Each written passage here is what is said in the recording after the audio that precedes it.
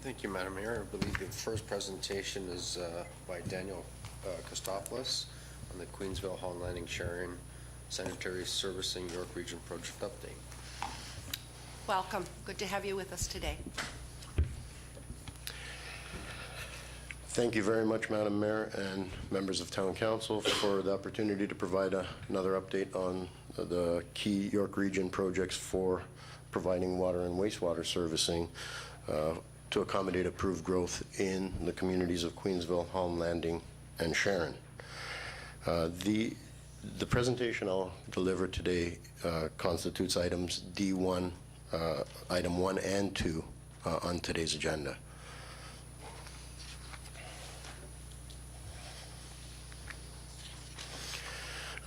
By way of a presentation summary or outline, the presentation is really divided into two components. The first component is related to the interim servicing strategy related to the YDSS connection projects, and that would really be the first three bullets on the slide number 2. We'll talk about not only the status of the projects, but traffic management and really just the concept of how the servicing would work. And then we'll move into the second part, which is the long-term ultimate servicing strategy related to the Upper York Sewage Solutions individual environmental assessment, with the remaining bullets applicable to that project, and specifically talk about some aspects of the phosphorus offsetting strategy, the recommended servicing, its location, how it would function, looking at mitigation of impacts. Specifically, we've heard about winter ice formation on the East Holland River, so we'll talk a little bit about that, and then we'll look at the ongoing communication plan before we wrap up. So the initial strategy to accommodate approved growth in the communities of Queensville, Holland Landing, and Sharon really will provide servicing for between 5,465 to up to 7,000 homes. It's about 16,000 to 21,000 people in ballpark numbers. And the way we're going to do that is extending the York-Durham sanitary servicing, both for this interim phase, as well as providing additional water infrastructure. And we'll go through some aspects of each of these projects one by one. So initially, water wastewater servicing is being delivered under 7 distinct regional construction contracts at a total cost of about $180 million over the 3 to 4 year period that's already started. Really, due to the hilly terrain in the area, the wastewater strategy generally consists of 3 sewage pumping stations that will collect flows from local distribution systems in new developments and will convey them towards second concession, where then they will be basically conveyed down along second concession through sanitary force mains and sewers that will be built and be diverted to the Newmarket pumping station at the bottom of the slide there. From there, those flows would be conveyed through the Aurora pumping station down the York-Durham system and ultimately would be treated at the region's Duffin Creek Water Pollution Control Plant in the south.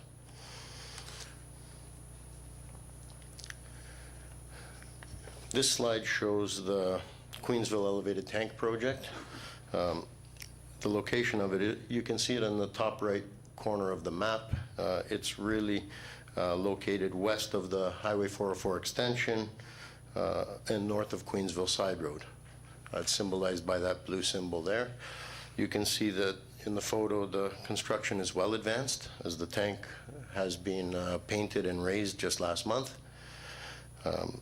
This tank will provide about 7.6 million liters of water storage to accommodate growth in these communities, and is being delivered at a cost of just over $9 million. It is on track for commissioning late this year.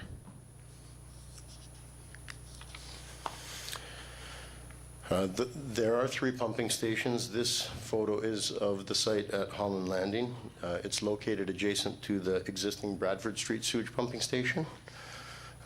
Contract was awarded to Condrain last fall, and construction is underway. The new facility will replace ultimately the existing Bradford sewage pumping station, and it'll pump flows from Holland Landing community growth and ultimately existing to the second concession sewers.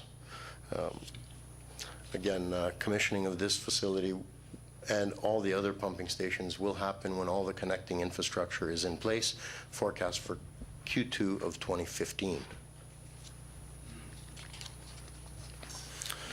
This is a photo and the location of the Queensville West pumping station. This is also under construction. This was the third pumping station that we tendered. It was just awarded in April. And as you can see in the photo, construction is actively proceeding. Commissioning date is the same as the other pumping stations, and the budget on this one is about $7 million.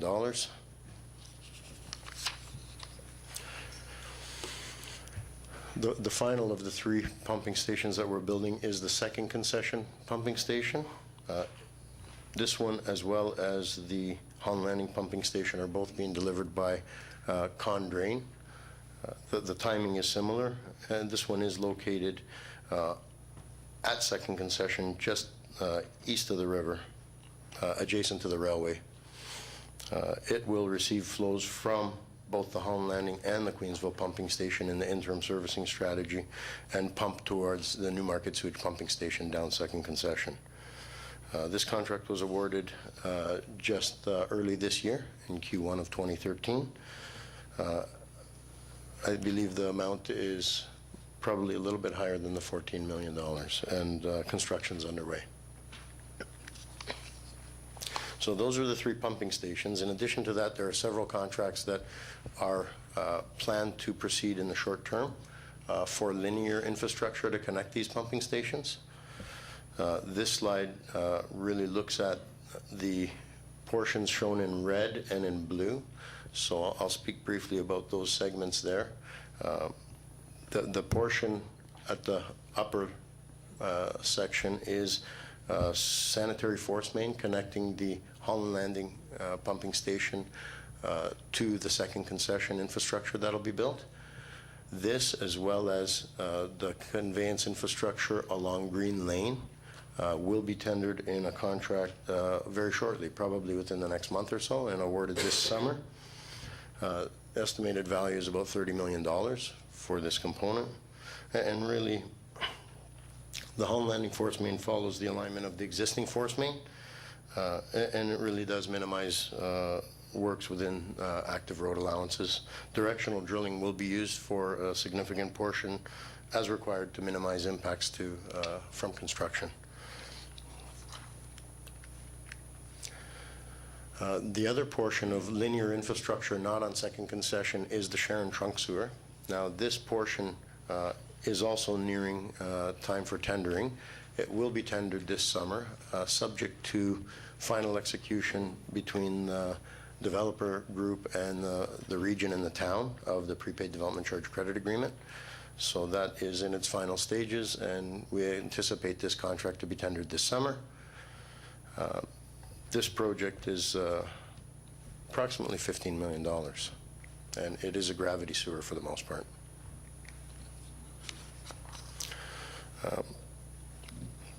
The main contract that will tie all of this together is the contract for works along second concession. Now, this contract is being combined as a water, wastewater, and road reconstruction joint project. It will be issued as one tender and likely be released for bids late this year, towards the end of the year. This is the governing component on our schedule for servicing that makes the Q2 2015 servicing in place. Budget is up around $94 million for this project for the water and wastewater portions only. And it does include, as you can see by the blue line, linear water main all the way up and down second concession, as well as the sanitary conveyance.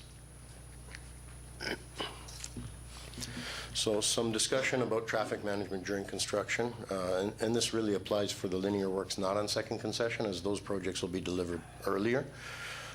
We will maintain through traffic at all times.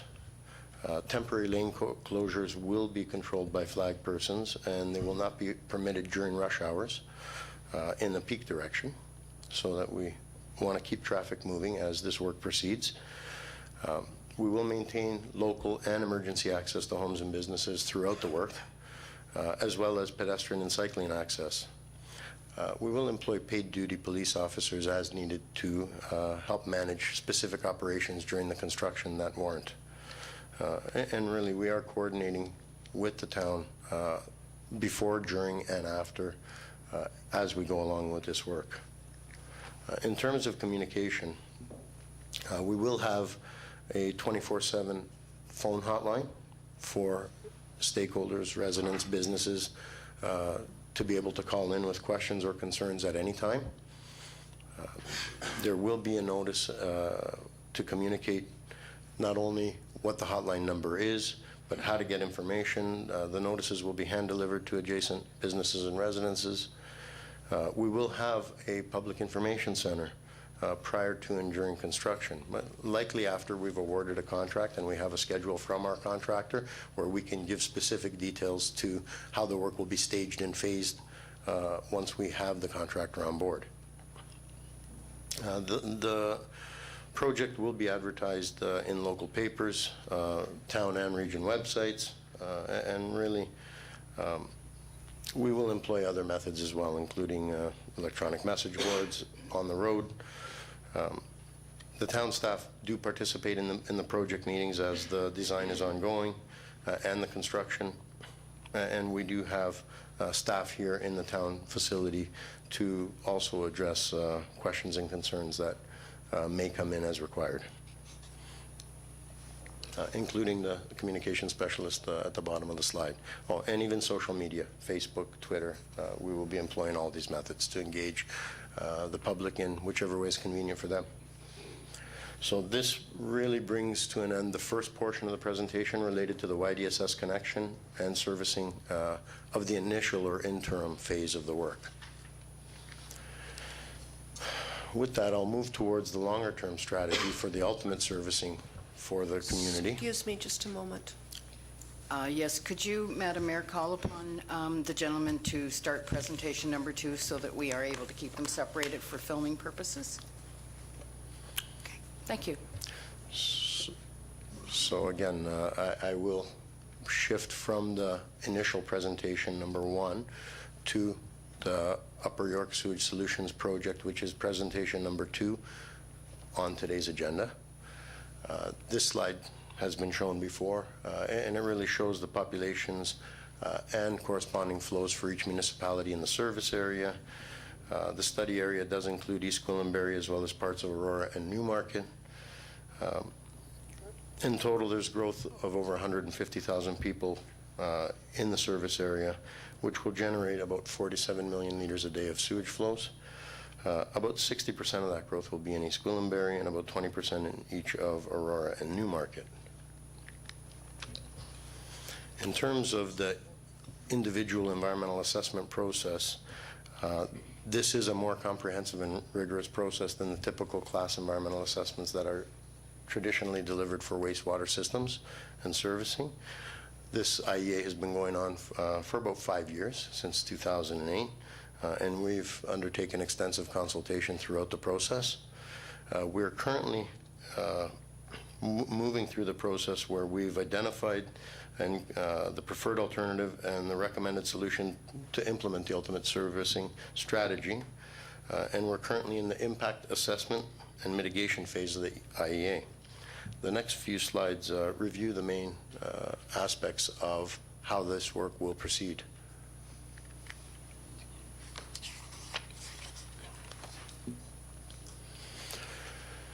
So the preferred alternative, and this has been established probably about 2 years ago, really is a hybrid solution.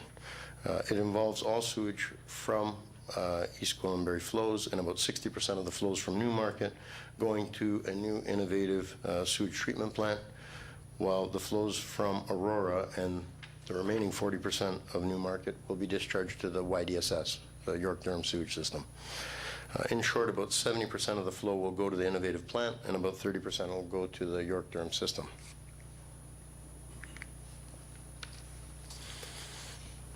So the recommended ultimate servicing strategy is shown on this slide.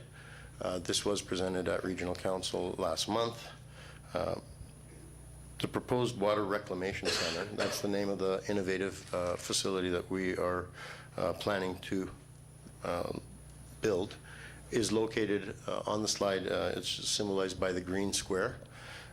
Really, it's located on the east side of 2nd Concession, north of Queensville Side Road, between the existing hydro corridor and the future Bradford bypass alignment. The interim servicing is designed to accommodate the ultimate servicing strategy by conveying flows north to the new Water Reclamation Center via 2nd Concession sewers. And the treated high-quality water is to be conveyed south along 2nd Concession and across westerly on Queensville Side Road via a proposed new outfall to the East Holland River, and that's shown as a green line on the map.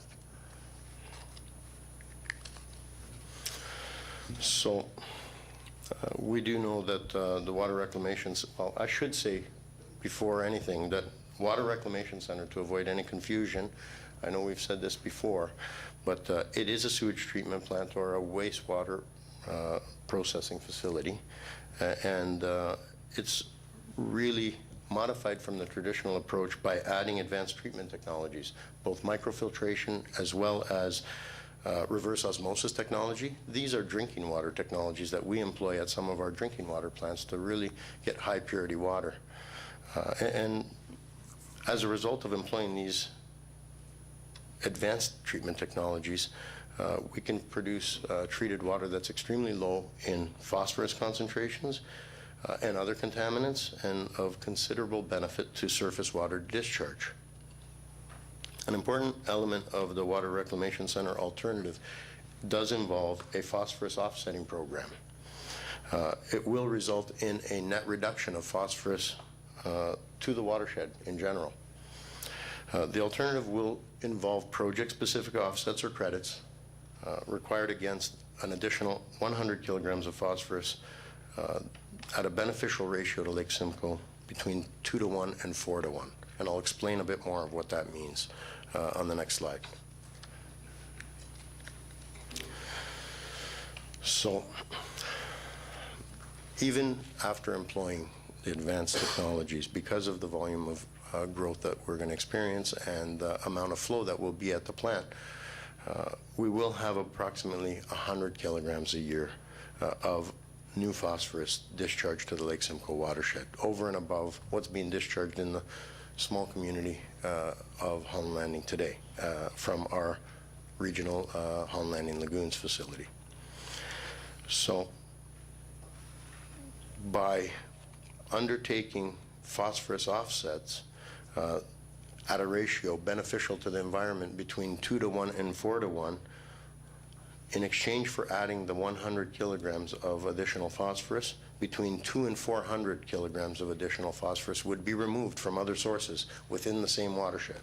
And this would result in the net benefit of the, to the environment of between 100 and 300 kilograms every year phosphorus removal or phosphorus reduction.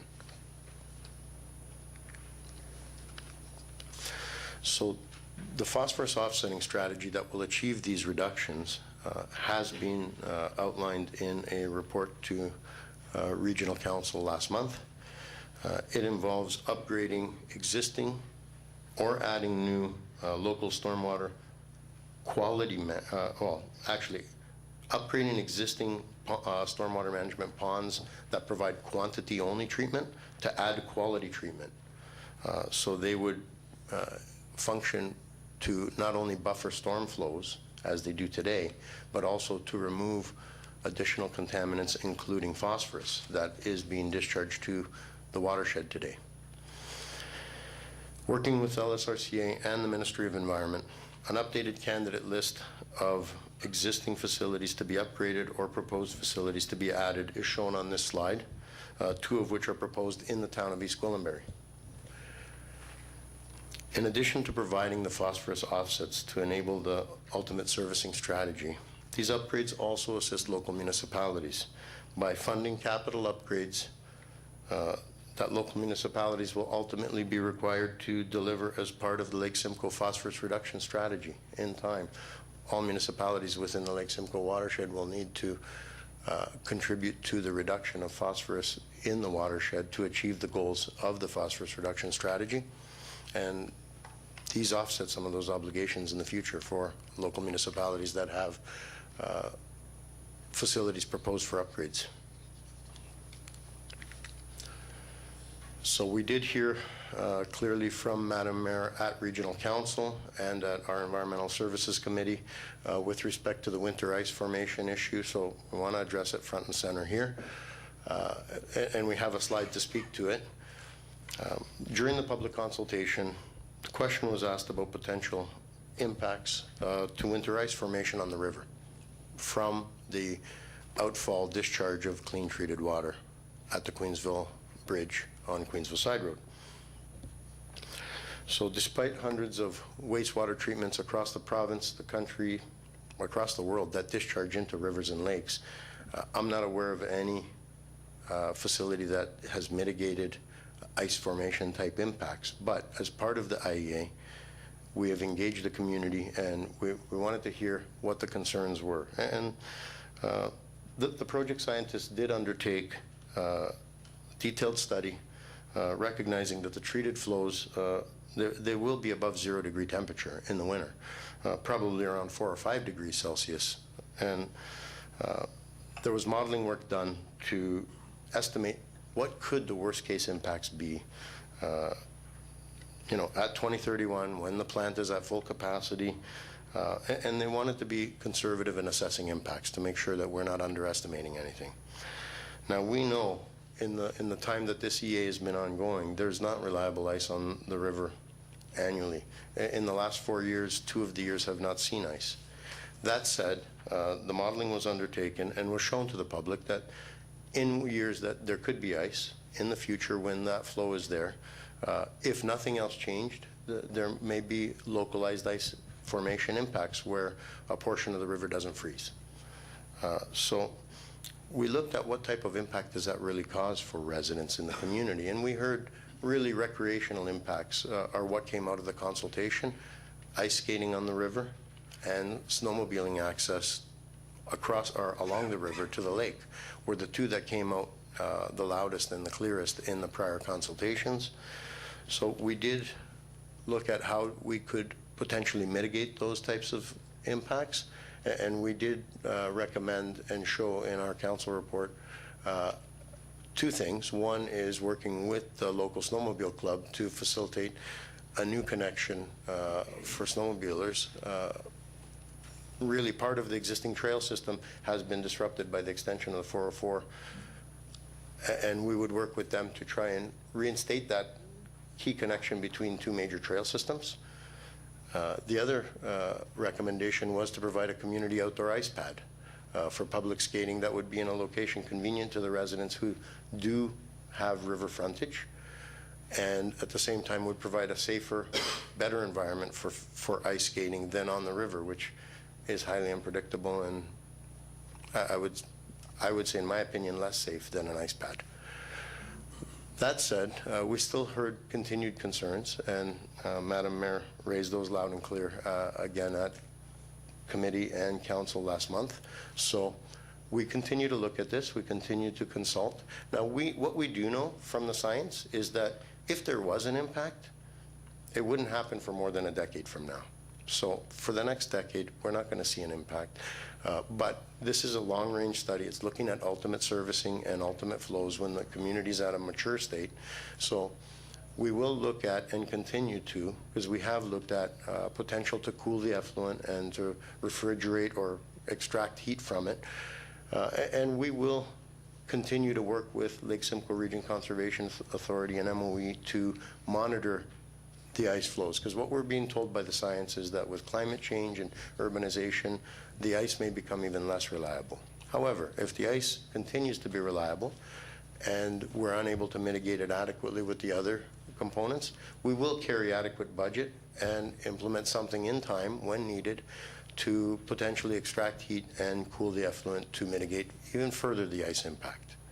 So we will carry that forward in our public consultation later this month, and we will be putting that into our final reports for the individual environmental assessment, to be sure that we are listening and we are trying to ensure that we do mitigate to the best of our ability impacts that community experiences. So in terms of timeline, as I mentioned, the project has been ongoing for about 5 years. We're currently at the late stages of the EA in general, but probably about 6 months away from completing our reports and submitting them to the Minister of the Environment for approval. The project continues to be scheduled in the region's 10-year construction plan and capital budget for commissioning by 2018. And for more information, there is contact information for 3 individuals. Adrian Coombs is our Senior Project Manager who is delivering the Upper York Sewage Solutions Individual Environmental Assessment. There is a website on the screen as well as contact email and phone number. Claudio Michelli is our Senior Project Manager responsible for delivering the interim servicing strategy with the YDSS Connection project. And we also have Genevieve Singh, who I believe is here today, as well as being in this office on a regular basis to respond to resident inquiries that may come. And she'll continue to be engaged with the town to ensure that as the work proceeds, questions are answered adequately. And that concludes my presentation on the 2 projects. Thank you very much. I'm sure we have questions. I'll leave mine until the end, and so we don't have a lot of duplication. Councillor Eaton. Microphone. A couple of questions for you here. Right back at the beginning of the presentation when you were talking about the Queensville elevated tank, am I correct that the decommissioning of the Sharon Water Tower on Howard Avenue will happen after that is in functioning mode? Is that correct? Through you, Madam Mayor, you are correct. Once this elevated tank is commissioned late this year, we will proceed to decommission the existing Sharon elevated tank. In terms of water servicing, and I know I focused more on the wastewater side than the water side, but this new tank will address short-term needs. It'll enable us to decommission the old tank in Sharon. But we do have another tank in the region's 10-year capital plan proposed, probably around 6 years out from now, 2019, 2020. The time frame will be adjusted as we see the true pace of growth, but you are correct in knowing that the Sharon elevated tank will be decommissioned, and we will have public consultation with the local community where that tank is before we decommission it, to let them know exactly how that'll be done, when it'll be done, and engage them in the. We did one last year in Markham, and it was a quite successful removal as well. We did engage the community there, and we'll do the same here. Thank you very much. The next question, the water and sanitary servicing going up second concession, did you say that would happen prior to the actual closure of the road for the widening? Is that correct? Or is it all happening at the same time? So what I'll say is, and I know my colleague Mark will also speak about the second concession road in his presentation, but what I'll say is we are delivering one contract combined for water, sewer, and road reconstruction along second concession. Part of the reasons for that is to manage impacts and duration of the total construction, because if we went in separately, we would have to wait for the water and wastewater to be finished before the road reconstruction could start. The duration of the total work would be longer, but in addition, there is cost and time efficiencies that will benefit the project to get the servicing in sooner and at a lower total cost if they're done together. Because of some of the undulating topography, the reprofiling for the road will assist in installing the sewers not so deep, so we'll be able to expedite some of that work. And it will be proceeding under one contract with one general contractor. If you don't mind, I will finish my questions. The decommissioning of the lagoons, when is that going to happen and at what stage? YDSS or Upper York? Through you, Madam Mayor, the decommissioning of the lagoons must occur once the Upper York Sewage Solutions Water Reclamation Center is commissioned. This has been confirmed through the Ministry of the Environment. We did send specific letters to the environmental assessment directors and to the approval directors at the Ministry of Environment to explore whether or not the decommissioning could happen sooner. We were told specifically no, because the fact is to respect the new regulatory framework for Lake Simcoe. The operational certificate of approval that we use for the Holland Landing Lagoons facility will be transferred, and it must stay live and functioning until the new facility is there to transfer it to. And for that reason, the timing is set currently after the commissioning of the Upper York Sewage Solutions Project in 2018. I think you're likely aware that with regards to what the residents had been led to believe, as well as what our council has stated, is that because of the growth that's happening here, the people certainly that are currently on the lagoon system felt that they should have an opportunity to be removed off of that, where they've had to live with that for all of these years. And I think there's likely legitimate concern from the people there that it'll get pushed out and get pushed out. Meanwhile, new people will move into the community. They'll be on a proper sewage system, and they'll be still left there with the stinky lagoons. So I don't know how that's going to move forward. You said the ministry has stated one thing, but we as a council have stated differently with regards to our support of that. So I know you're aware of that, so I just thought I'd bring it up at this point in time. Thank you.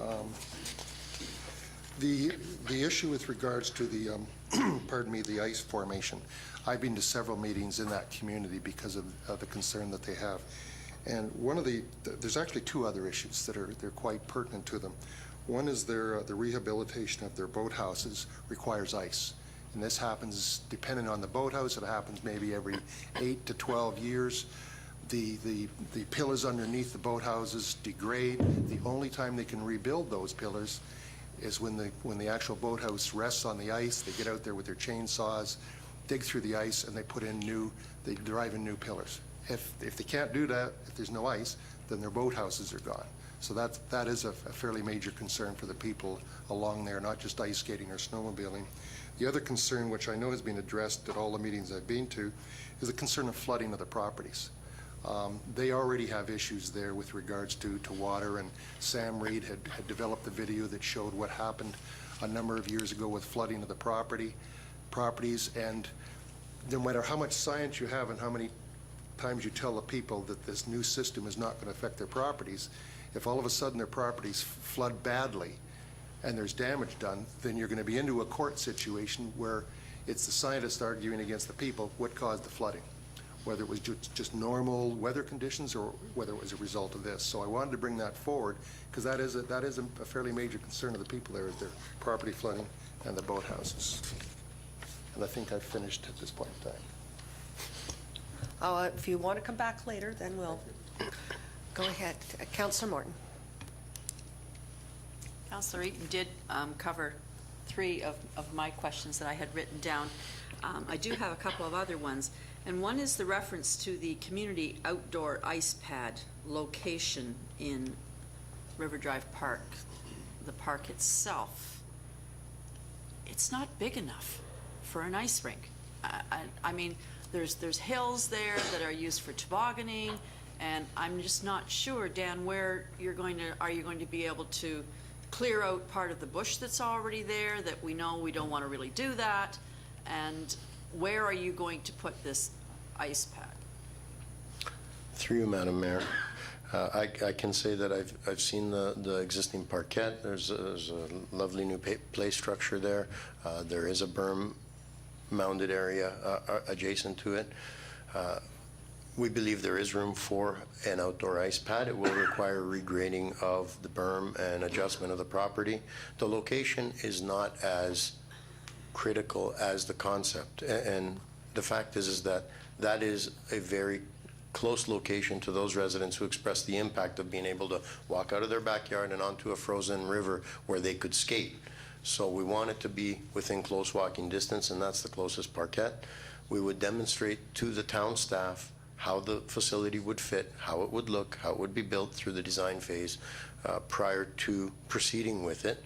But if it's determined that it can't fit there, then it will be provided in another close by and suitable location. in light of the work that the municipality has done in that parquet in the last little while, and as a counselor and seeing the number of children that use that berm as a slide basically in the winter with the toboggans and their sleighs, I can't justify taking that berm out of there to these little kids and saying, well, you know, we want to be able to put it in so that people that are over on the river on the other side can come over and skate. Not that I don't want them to skate, but we've got to weigh the odds here too. And my other question is, I'm not sure that the ice rink is justifying the issues that the people have that live in Queensville and the people that live east of the second concession north of the Queensville side road, and all their questions they had about the water reclamation plant or the sewer plant, however we refer to it. And I still have a concern about their issues and their concerns. And I'm hoping that somewhere along the line, they're going to be dealt with and solved as well. Councillor Roy DeClemente.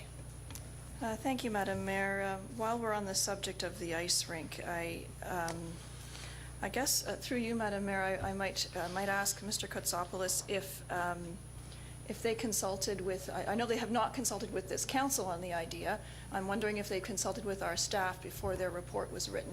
I have some concerns that not only echo what Councillor Morton is saying, but to remove the toboggan hill is one thing, but the larger issue is who's going to maintain something like this? What are the operating costs? Is it appropriate for us to be changing a municipal park as a mitigation measure for a regional project? The residents have expressed a genuine concern about the environmental impact that massive quantities of warm water being put into the river will have. And frankly, the answer has been that we're going to install an ice rink instead. I don't think that's addressing the fact that while it does have the possibility to impact their quality of life and their ability to enjoy and maintain their properties, there's a genuine wish to understand what is happening, what will be done to the habitat, to the health of the river, the health of the natural life there. And those answers don't seem to be forthcoming. It seems to be that there's an ice rink that, as I said, and I'll come back to my original question, were our staff consulted, because this body was not consulted before the report went to Regional Council. Through you, Madam Mayor, I'd like to address a few of these questions and comments that have been coming because they are important questions, and we want to make sure that we have communicated effectively. If Council will indulge, I'll just try and go through 4 or 5 of them that I've heard from a few of the councillors. With respect to the boathouses and flooding issues that Councillor Eaton has raised, we did hear that concern about the boathouse maintenance as well. We have talked to Lake Simcoe Region Conservation Authority, the ministry, as well as looked at how this has been dealt with in other situations. What we find is the boathouses are a grandfathered use. They would be not permitted in this time, but because they exist, they're able to remain and continue to be maintained. To do work on those boathouses, even in the winter on the ice, would require permits from regulatory agencies to access in-water and near-water work, especially with equipment, the type of equipment that could drive piles. Now, we do know that the ice impacts won't be happening for a decade or more, so there is ample time without a changed condition, no matter what the mitigation measure is, for residents to continue to maintain and upgrade their pier footings and ensure that they have an opportunity to do so before the project is up and running. With respect to flooding, definitely there's been extensive work done, and I know that not only have our project scientists reviewed and studied this, but the Lake Simcoe Region Conservation Authority, their scientists and staff have also undertaken extensive review and independent analysis and confirmed that there would be no flooding issues. In fact, the total contribution of the flow creates only a couple millimeters of difference in the water elevation, and certainly not discernible to the human eye, and would not exacerbate flooding issues.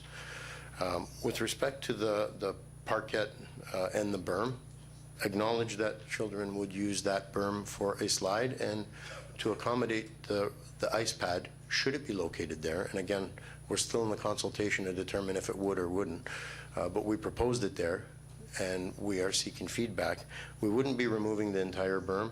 A significant portion would remain, still permitting the ongoing use for small children to slide down that hill, tobogganing in the winter. That said, this type of ice pad is common to many municipalities throughout the province, own and operate these. We did speak with town staff about the concept, but we've yet to provide them some additional information about the ongoing operating and maintenance costs. They are very low, but at the same time, we will furnish all the information to town staff prior to finalizing the decision on the ice pad. In terms of the temperature of the discharge in the East Holland River, the East Holland River is the most degraded